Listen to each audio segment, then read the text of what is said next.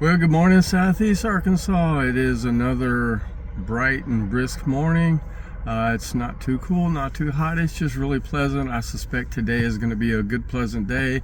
So this be the last time you'll see me today, because I think I'm just going to chuck it all and I'm going to go fishing.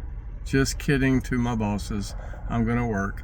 Our devotional today is entitled Put on the Armor, and it's from the Armor of God chapter, Ephesians chapter 6, and this is going to be verses 10 and 11. Finally, be strong in the Lord and the strength of his might.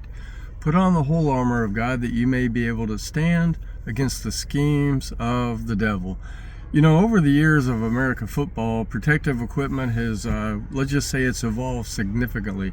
You know, I've watched some old football videos. I'm not a huge football fan, but I like to watch those old 1920s videos, and you know, those guys, what they had, it was pretty insubstantial. All they had was just a little flimsy leather helmet.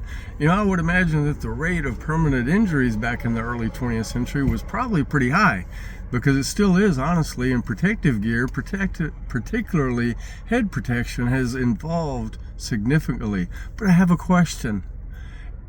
It would not be allowed, but if it were allowed, what would you think about a player who would head out onto the field with no helmet on?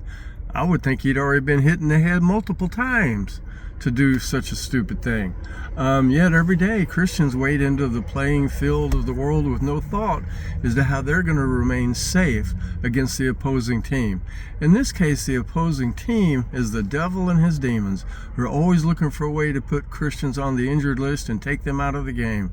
Friends, read verse 12 of our devotional passage. Our enemy is strong and he is ready.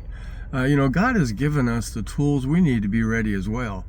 And that's what our devotional passage is about. God has given every believer a suit of armor to provide protection as we roam this world.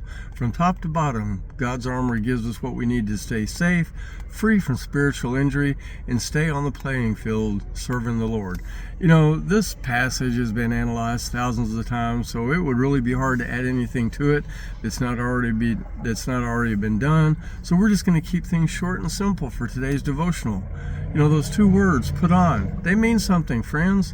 God has provided what we need to protect ourselves from the wiles of the devil, but what we do with it is up to us. Are we running onto the field unprotected, or are we donning our armor? Have a blessed day in the Lord, my friends.